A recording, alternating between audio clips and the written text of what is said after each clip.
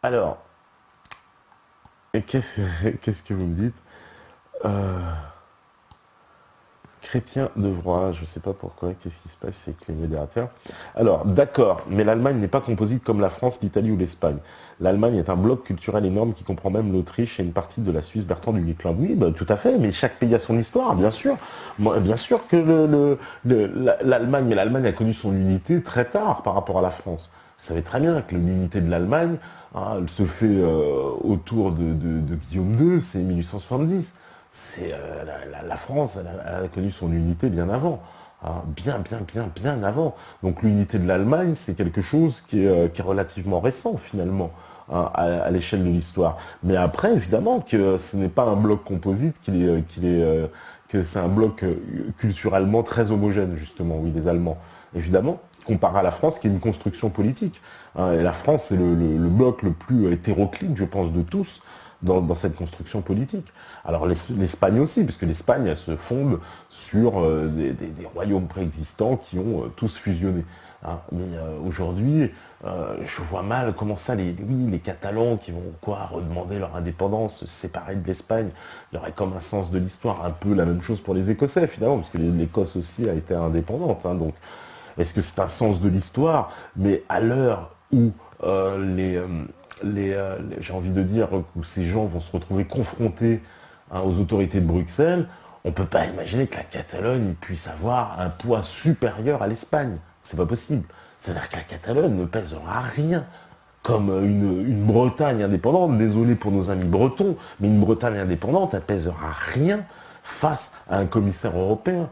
Si la France, déjà la France, n'est pas capable d'imposer ses vues, n'est pas capable de, comment dire, de pouvoir être en mesure des fois de négocier avec les commissaires européens et que ça nous est imposé malgré tout, comment est-ce que la Savoie, l'Alsace ou la Bretagne, le Pays Basque pourraient à eux seuls avoir un poids suffisant pour se faire entendre? Donc ça veut dire qu'il y a vraiment une stratégie qui a été orchestrée de toute façon par les États-Unis de destruction des États européens pour avoir affaire qu'à des espèces de micro-États, voilà, ces espèces de régions qui vont leur faciliter la tâche. Parce qu'évidemment, il y aura une multitude d'interlocuteurs et donc tout sera très compliqué et ce sera exactement ce qui leur convient pour pouvoir imposer leur loi. Diviser pour mieux régner. Encore une fois, il ne faut pas se tromper sur leur stratégie. C'est niveau pauvre, Marine Le Pen regarde Méta TV, ça je ne sais pas. Ah oui, je sais pas du tout. Mais oui, enfin, non, mais ce que je dis, je le pense, hein, même si on la recevrait demain, je lui dirais. Alors, on arrive près de la fin de leur but, comme depuis plus de 500 ans, dès qu'ils ont pris le pouvoir et sont fait entendre, même accepter leur projet, ils se montrent à la lumière et on leur coupe la tête. C'est Rabat des Bois qui nous dit ça. Eh ben, espérons qu'on leur coupera la tête ce jour-là, hein. Alors, alors, qu'est-ce que vous me dites? Saint-Sainteté, les bonnets rouges sont pour la partition de la Bretagne, sont les idiots utiles du mondialisme. Zach Mémarian qui dit ça. Oui, c'est vrai, les bonnets rouges, on en avait eu un en plus ici, une fois, je me rappelle. Bah, les bonnets rouges, le problème, c'est ça, c'est oui, ils sont pour l'indépendance de la Bretagne, hein. Ils ne voient pas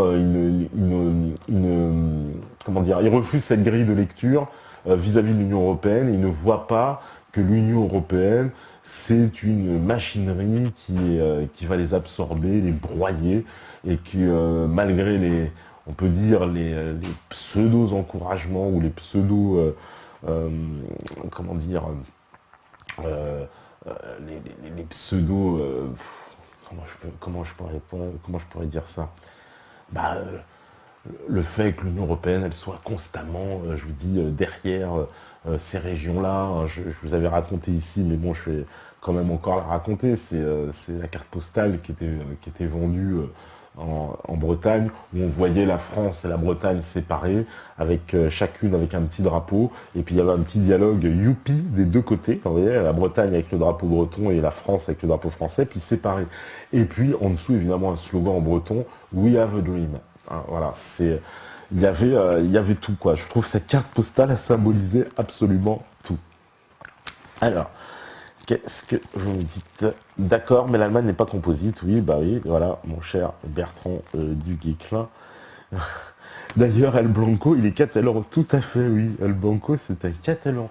hein. D'ailleurs, il doit être pour l'indépendance de la Catalogne, tu vois, hein, parce que ce monsieur-là, de toute façon, est un nationaliste dans l'âme. Alors, nationaliste au mauvais sens du terme, j'ai envie de dire, parce que moi, le terme nationaliste, ça aussi, c'est un terme certainement euh,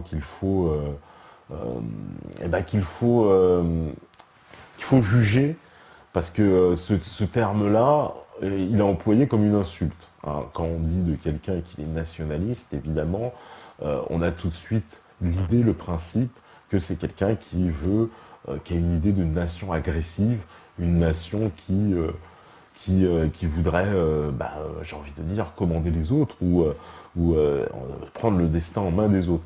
Or, pour moi, le terme nationaliste, si on doit le prendre pour ce qu'il est, c'est quelqu'un qui défend le principe de nation. Voilà.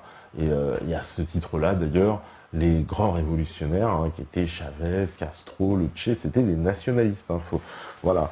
Et au pire, ils étaient internationalistes, mais en aucun cas, ils étaient mondialistes. Ça, c'est vraiment une grande, grande différence voilà, qu'il ne faut pas hésiter à mettre en place.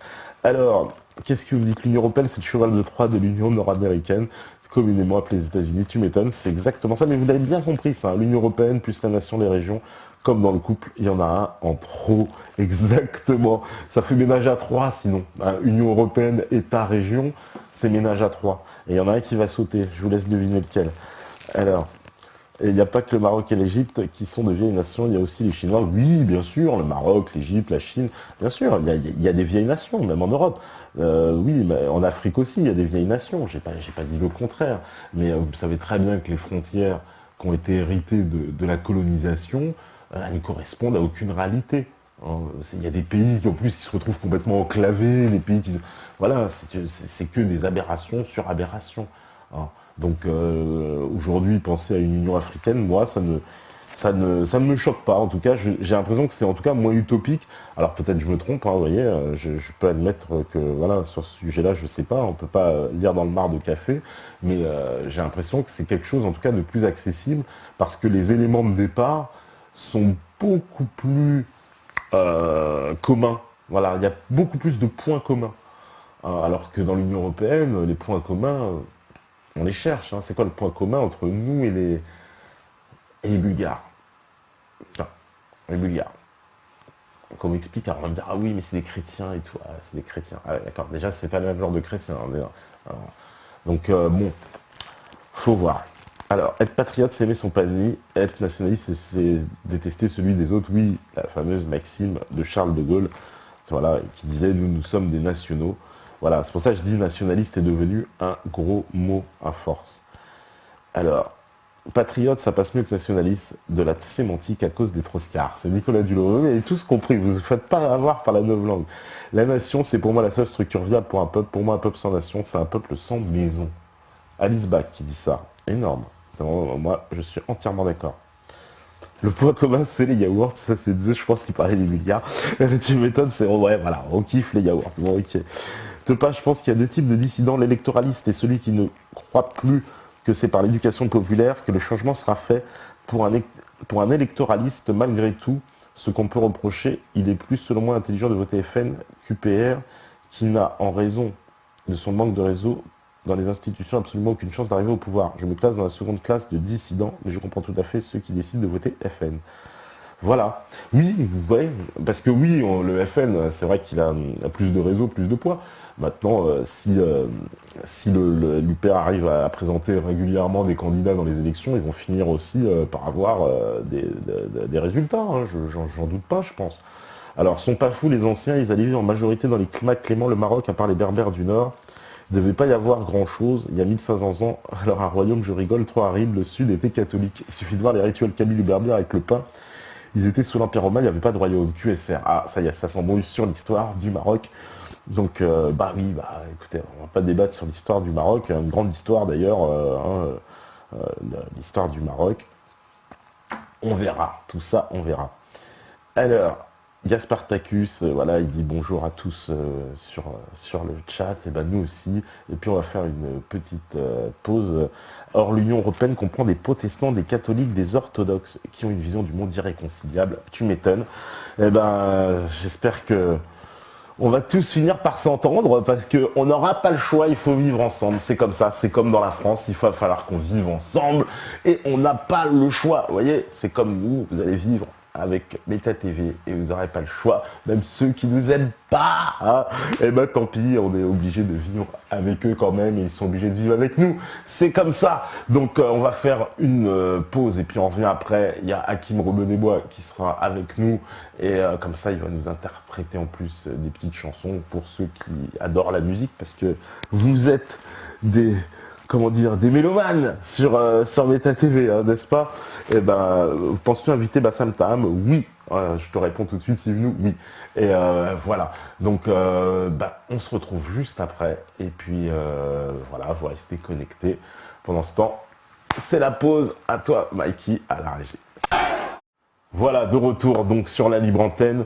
Il y a notre invité qui est avec nous, c'est Hakim Rebeu-des-Bois. Hakim, mon phare, ça va? Enchanté. Ouais, bienvenue à Meta TV. Hein. Donc, toi, tu es un artiste, j'ai envie de dire, indépendant. C'est comme ça qu'on peut te définir. Ouais, tout à fait, ouais. Ouais. Alors, tu peux nous en raconter un peu plus sur ton parcours, comment, parce que donc tu es musicien déjà, tu joues de la guitare, tu joues d'autres instruments aussi, Ouais, à part, quelques instruments, ouais. tu fais de la basse, c'est ça? La basse, je fais un peu de percussion, de saxophone, de flûte traversière, de la guitare.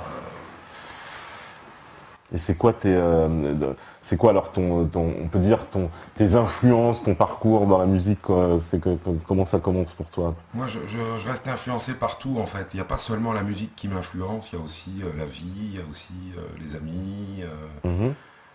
les expériences. La musique, bien sûr qu'elle m'influence, mais il y a toutes les musiques, en fait, m'influencent. Ouais, t'es pas dans le même. C'est-à-dire aussi bien, je sais pas, des standards sous l'année 70 que J'ai été nourri de tout ça. de l'électro, voilà. Ouais, Ah, j'ai été nourri partout. Franchement, j'ai écouté beaucoup de musique, que ce soit de la musique africaine, canadienne, américaine, anglaise, d'Amérique latine. J'ai été très curieux. ouais. Donc voilà, t'es éclectique, on va dire. Je suis éclectique, mais c'est vrai que l'inspiration musicale aujourd'hui, en fait, je puise plus dans les. En fait, c'est plus l'émotion qui m'inspire, plus que la musique. Ouais. Parce que quand on écrit un texte ou quand on écrit une musique, ça part toujours d'une émotion, en fait. Mhm. Et t'as déjà sorti des albums parce qu'on en parlait. T'as pas sorti Si. Si. Mm. Alors c'était quoi sous ton nom? On a sorti un disque il y a quelques années de ça, le disque Hakim Rebeu-des-Bois, Ouais. le titre de l'album. Et en fait, on a eu des problèmes avec des producteurs, donc le disque est sorti en indépendant. D'accord. Et on a eu des problèmes avec un salaud de producteur qui nous a fait planter le projet alors qu'il y avait une distribution, une date de distribution nationale qui était donc toujours très attention avec les producteurs. Il faut toujours avoir des contrats sous la main. Ouais. Mm. C'était pas une maison de disques, c'était un gros sur maison de disques. Petite maison de disques. Petite maison de disques. Producteur. Ouais. Ouais, d'accord. Non, parce que bon, les producteurs, parce qu'il y a les grosses majors, enfin, tu sais. Non, c'était pas une major. Ouais, c'est pas une- Le premier album, je l'ai sorti chez une major, c'était Les Attaqués, c'était chez Sony. Ouais. Mm. Et ça s'est bien passé, cette expérience, alors Le groupe, oui, les tournées, oui, les concerts, oui, jusqu'à ce qu'on signe avec eux pour sortir l'album. Et là, qu'est-ce qui s'est passé, c'est-à-dire, Oh, c'est vieux, c'est compliqué. Mmh. En fait, faut savoir que quand on est artiste et qu'on a un petit projet musical qui commence à faire boule de neige, à un moment donné, le problème est que quand les grosses majors ou les gros producteurs vous tombent dessus, ça brise l'énergie en fait du groupe. Mhm. Le groupe, c'est une bande de potes qui au final fournissent une certaine énergie. Et cette énergie, elle peut complètement être altérée, anéantie, pourrie par justement des signatures. Par exemple, la première raison est que ça change toute l'énergie, tout l'équilibre du travail qu'on avait mis en place. À l'époque, admettons, nous, pour notre expérience,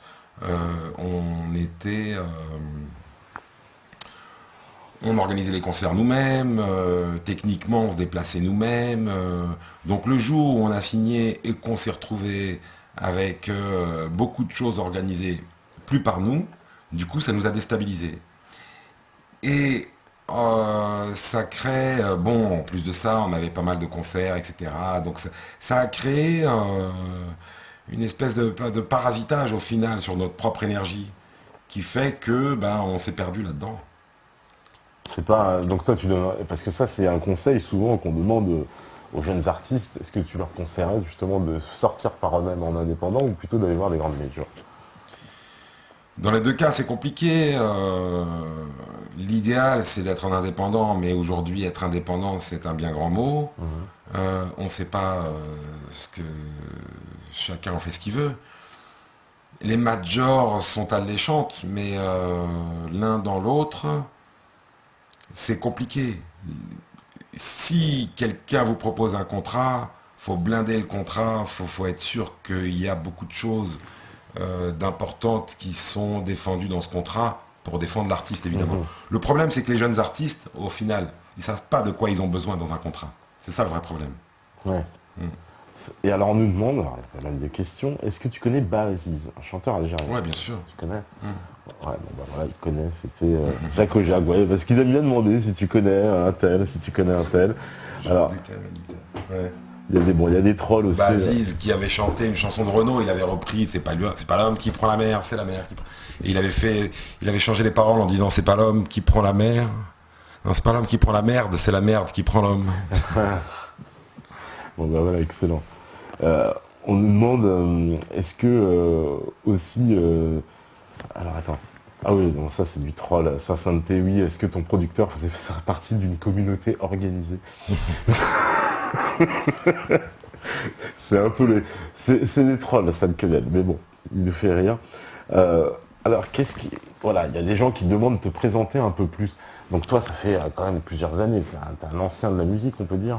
Ouais, tu peux le dire, attention. Attention, c'est pas Charles Trenet. Attention, je suis un jeune homme, plein de vigueur. Bah, j'ai trouvé une formule, figure-toi. L'autre fois, j'avais quelqu'un qui me disait, oui, vous parlez des anciens jeunes. Je lui ai dit, bah, c'est génial ça. Parce que je peux dire aux gens, bah, je suis pas vieux, je suis un ancien jeune. Tu vois. Donc on est des anciens jeunes. Tu vois. Bon, si tu veux, j'accepte. C'est diplomate. C'est gentil, attention.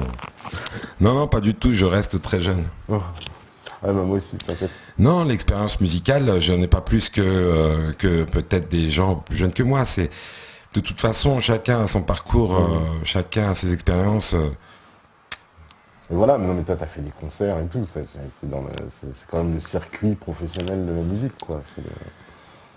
Oui, je sais pas quoi te dire parce que mon expérience, j'ai envie de la partager, certes, et en même temps, c'est pas que je veux me montrer sous un nouveau jour, mais pour moi, chaque expérience est nouvelle au final.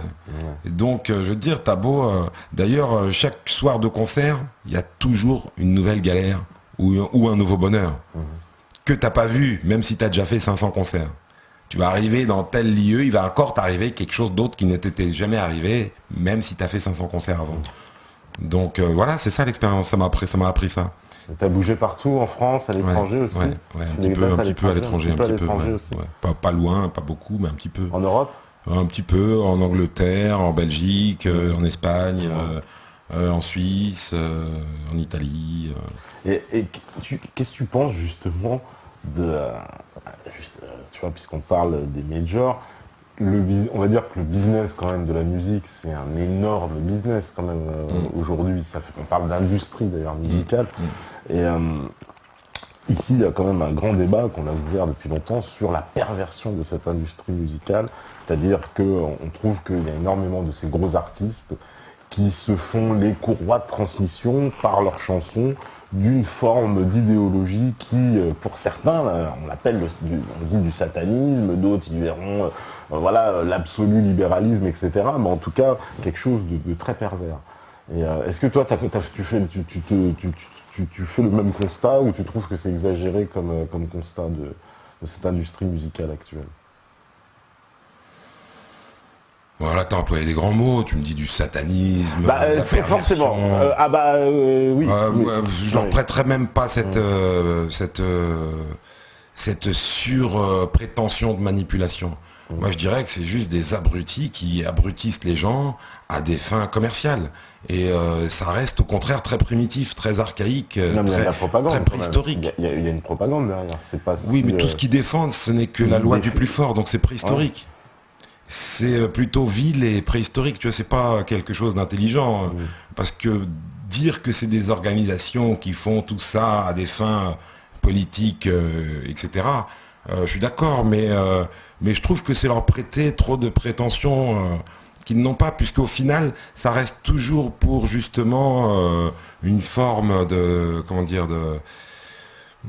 ouais, de contrôle ou de manipulation. Donc c'est toujours la loi du plus fort, donc ça veut dire du plus riche, donc du plus puissant, et donc c'est archaïque, donc c'est vilain, c'est vraiment c'est des méthodes de brute, c'est la mafia en fait. Donc oui, je réponds oui en te disant tout ça. Ouais, parce que la musique, on va dire, actuelle, elle a pris... En fait, par exemple, dans le cas du rap, parce que c'est un débat qui a souvent été ouvert ici sur le rap, et il y a une... comment on appelle ça? Il y a un livre, entre autres, auquel on fait beaucoup référence, le livre de Mathias Carnet, qui lui... ouais, j'en ai entendu parler. T'en as entendu parler, ouais. Voilà. Qui a décortiqué le rap aux États-Unis, voilà. Le début du rap, avec les Public Enemy, ce qui s'était passé au sein du groupe, la scission, avec le pote qu'ils ont viré, mais qu'en fait, c'était le seul qui avait raison vraiment. Voilà. Et qu'eux, ils se sont alliés finalement au Major qui les produisait. Ouais, bien sûr. Mais tu as tout à fait raison. Mais aujourd'hui, bien sûr que c'est grave. Justement, les artistes comme moi, et on est nombreux.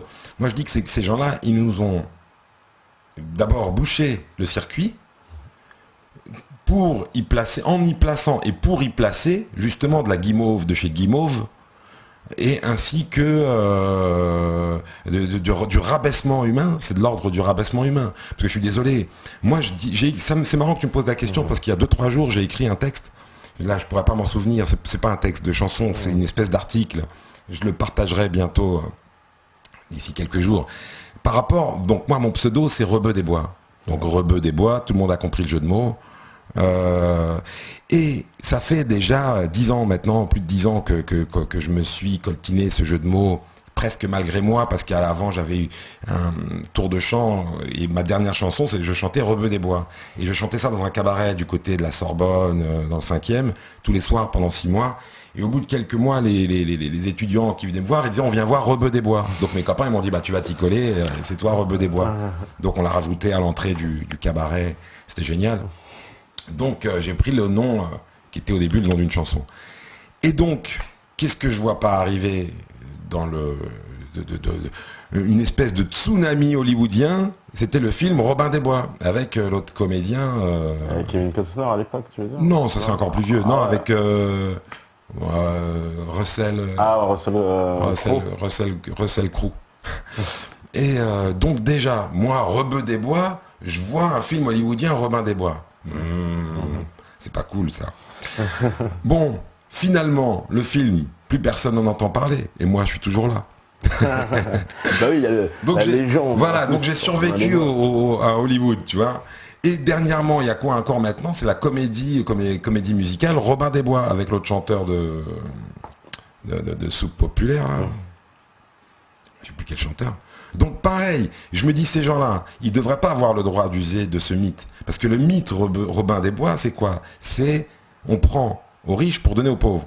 Mais eux, ils n'ont aucune légitimité à prendre ce nom-là, puisque de toute façon, premièrement, leur objectif est uniquement commercial et privé, à titre privé. C'est des gars qui s'en foutent plein les poches. On n'a jamais entendu dire que telle comédie musicale ou tel film allait reverser des droits, de l'argent, etc., des recettes, à des organisations qui auraient pu ou qui s'occuperaient de clochards, de gens défavorisés, de gens dans la précarité, etc.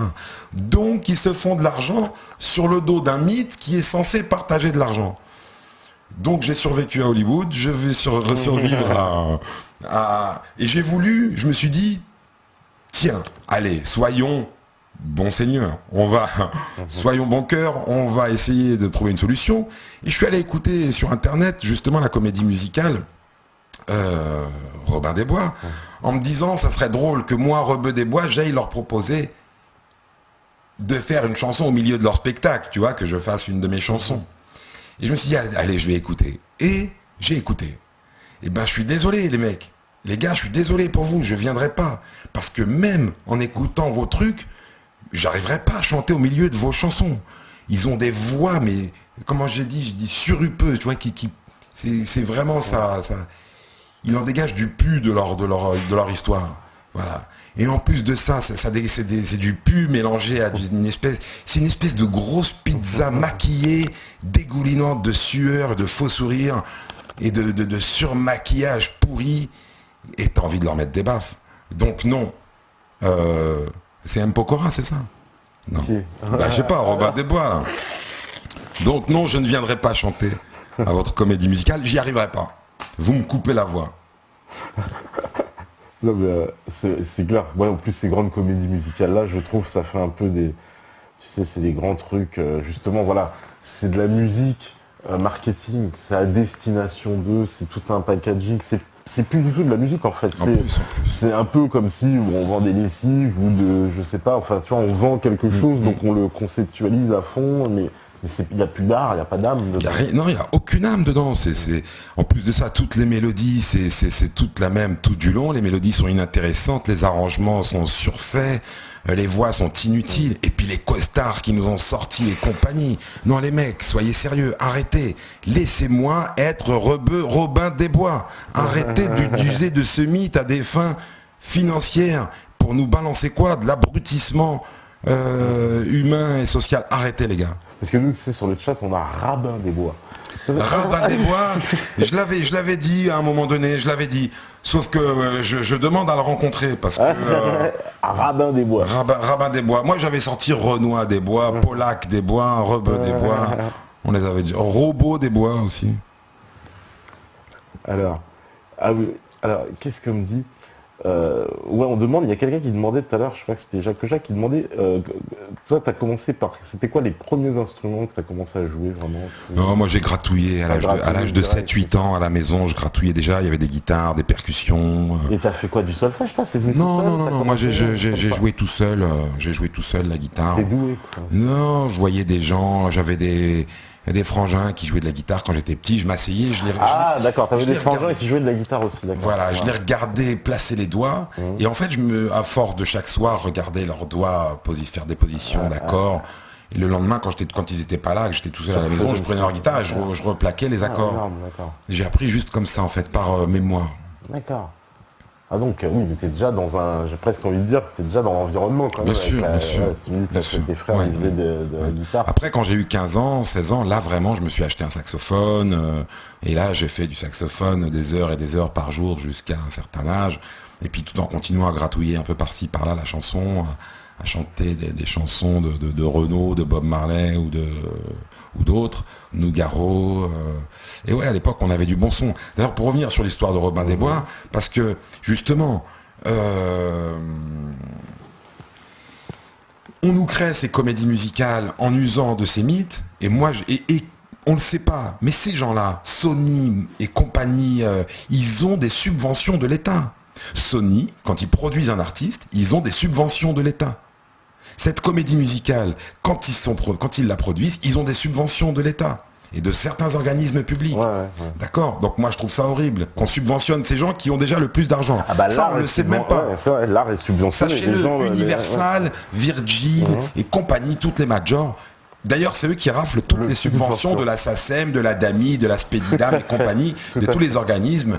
Je certifie ce que tu dis. Non, mais c'est grave. Pour avoir, moi aussi, eu un parcours dans les majors, je peux certifier qu'il y a même des magouilles au plus haut niveau pour ce qui concerne les subventions. C'est-à-dire que ce sont directement, souvent, les représentants des majors qui siègent dans les commissions et c'est eux qui décident donc en plus voilà, on est d'accord. Donc c'est un cercle, donc moi je te dis c'est la mafia complètement et ça c'est chapeauté par le ministère de la Culture.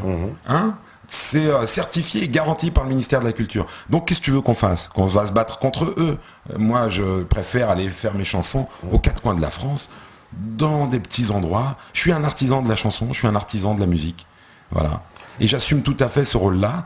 Et la seule chose que je peux dire, c'est rendez-nous Léo Ferré, rendez-nous Bob Marley, et reprenez M. Pokora, reprenez la Starac, reprenez tout ça, et rendez-nous les bons, quoi. Voilà. Ah ouais. Alors on nous demande si tu es sensible un peu au mouvement de résistance, de dissidence qu'il y a en ce moment en France. avec des personnalités, même comme Dieudonné, Soral, etc., toute cette mouvance, est-ce que tu es sensible à ce qui s'en passe? Sensible, je ne peux être que sensible. Ouais. Bien évidemment, je suis sensible à tout ce qui m'entoure. Non, mais ça te touche vraiment ou... Non, parce qu'il y en a qui s'en foutent. Hein. Non, ça me touche, bien évidemment que ça me touche. On parle de problèmes super compliqués, de liberté d'expression. En plus de ça, il y a sur la sellette et en premier lieu le conflit palestinien. Et donc, bien évidemment que je suis archi touché. Bien évidemment. Okay. Très touché. Et qu'est-ce que tu veux, c'est pareil, c'est encore le pot de terre contre le pot de fer. Ouais. Moi, je me dis qu'ils se mordent un peu ils se marchent sur le pied, parce que de toutes les façons, on le voit bien dans les banlieues, sauf certains petits quartiers parisiens bourgeois où ils sont archi protecteurs et conservateurs, et que c'est tellement cher que le peuple d'aujourd'hui, de la France d'en bas, se réserve la banlieue et ne va pas piétiner les trottoirs du 16e ou du 6e. Mais ça va arriver bientôt. Ouais. Voilà, donc je vais te dire, moi je me dis, je reprends la phrase, faites l'amour, pas la guerre. Ouais. Et si on regarde bien les populations qui arrivent des quatre coins du monde, ils se reproduisent en faisant l'amour, et d'autres essayent de les écraser en faisant la guerre, mais on leur a dit depuis longtemps, faites l'amour, pas la guerre. Donc continuez à faire la guerre, on vous aura avec l'amour. Non mais t'as raison, c'est vrai. Ouais. Parce qu'on vit... mais non, parce qu'on va pas prendre les armes. Moi, mon arme, c'est ma guitare. Voilà, et c'est les mots, c'est pas des armes. Certainement pas, je le laisse. Pourtant, ceux qui sont sous les feux, que ce soit au Rwanda, en Palestine, en Somalie, au Darfour, en Afghanistan, ou comme il y a eu en Bosnie, ou en Tchétchénie, etc., c'est toujours les mêmes qui s'en prennent plein la gueule. Ou actuellement, où la France est en train de faire des choses très très graves en Centrafrique. Hein. Donc, et aujourd'hui, ici en France, on dit plus rien. On est rentré dans un système où c'est grave, c'est très très grave ce qui se passe. Tu trouves justement, parce que ça c'est un sujet qu'on aborde souvent ici, que la France, on est dans on va dire dans un chemin qui est un chemin totalitaire, c'est-à-dire qu'on se dirige vers une dictature totale et plus du tout, on sent que la démocratie c'est un projet qui s'éloigne complètement, quoi. Ou tu trouves que non, c'est exagéré de penser ça, parce que il y a un visage totalitaire de l'État qui est vraiment en train d'apparaître dans tous les sens du terme, puisque tu sais que maintenant, ils peuvent se permettre plus ou moins ce qu'ils veulent. Dans l'affaire Dieudonné, ça a montré beaucoup de choses aussi, le fait qu'il soit condamné par le Conseil d'État en 1 heure, on n'avait jamais vu ça. Enfin, moi, je fais partie de ceux qui n'ont pas eu droit à la démocratie, qui n'ont pas eu droit à la liberté, à l'égalité, à la fraternité. Je suis né en France. Mon grand-père est venu en France, je crois, en 1910. Donc, je parle légitimement. Et voilà, moi, tu me demandes si je vois la démocratie s'éloigner, et je te réponds que je ne l'ai jamais vue. Au moins, j'aurais préféré la voir s'éloigner, au moins. Ouais. Alors... C'est mon avis, je sais que ça peut choquer des gens parce que les gens vont voter, etc. Mais je suis désolé, aujourd'hui, 80% des gens qui votent te diront qu'ils votent pour le moins pire. Donc, et en plus de ça, au final, que ce soit, aujourd'hui on l'a bien vu, que ce soit la gauche, la droite, c'est toujours la même politique. Donc c'est catastrophique. Et j'ajouterais qu'il serait temps que le Mali et l'Algérie envoient des troupes en Europe pour rétablir la démocratie. On voit bien avec ce qui se passe en Grèce, en Espagne, au Portugal, en France, en Italie. Et je pense qu'en ce moment, tu as peut-être entendu parler de l'inversion des tendances. Voilà, il est en train de se passer des choses où il y a des pays en Afrique où on est beaucoup plus libre qu'en France. Ouais. En France, on se balade, on est filmé continuellement. On est photographié continuellement, on est fiché à 2000%. Et dans certains pays d'Afrique, il y a beaucoup encore de plus de poésie à y vivre, parce qu'on se sent plus libre et il y a une certaine entraide, chaleur. On étouffe pas mal ici quand même. On étouffe pas mal. Donc la démocratie, ça devrait pas être ça. La démocratie, ça a été mis noir sur blanc. On va pas faire d'histoire, mais c'est 400 ans avant Jésus-Christ. Dans les livres de Platon, le livre 7 de la République de Platon. Jamais aucun pays ne peut prétendre avoir été démocrate aujourd'hui, que ce soit en Europe, en Occident, en Afrique. Je suis désolé, moi la démocratie, je la vois pas sur Terre. Faut arrêter. Voilà. Il faut arrêter. Ouais. Aujourd'hui, tu sais combien de pays l'Amérique a tapé depuis 1945 ? Oh là, énormément. Ils ont tapé plus de 60 pays depuis 45, 50, 60 pays. La France, elle n'est pas loin non plus. Donc, moi, je suis désolé, on ne peut pas aller bombarder l'Irak en disant on vous bombarde pour vous apporter la démocratie. Ça s'appelle la dictature. Aujourd'hui, la France, elle critique les pays d'Afrique, soi-disant, mais tout ça, c'est du bluff, puisque c'est la France qui met en place même les dictateurs. Bien sûr. Moi, tu me poses la question, je te réponds, voilà. Ah ben oui, Voilà, je sais que ça fait chier beaucoup de monde, beaucoup peut-être même de petits Français qui sont bien dans leur canapé. Excusez-moi de vous déranger, mais je suis là pour ça. Voilà, d'ailleurs, ils disent ici, tu vas choquer personne. Tu vois, non, ici, on est habitué. Ouais, mais peut-être que ceux qui sont choqués, ils répondent pas. Merci, c'est Non, cool. non, t'inquiète pas. Oula, ils se gênent pas pour répondre. T'inquiète pas, ils ne se gênent pas. Ah, ils sont sans gêne. Voilà. Donc, d'ailleurs, Anicet de Niveau Pomme, il dit, ça n'a jamais existé, même la démocratie grecque. C'est vrai qu'il y a l'expérience de la démocratie athénienne. Non, c'était qu'un projet, c'était qu'un projet. Bah, bon, c'est toujours pareil, c'est toujours des élites qui décorent leur manipulation en bienfait.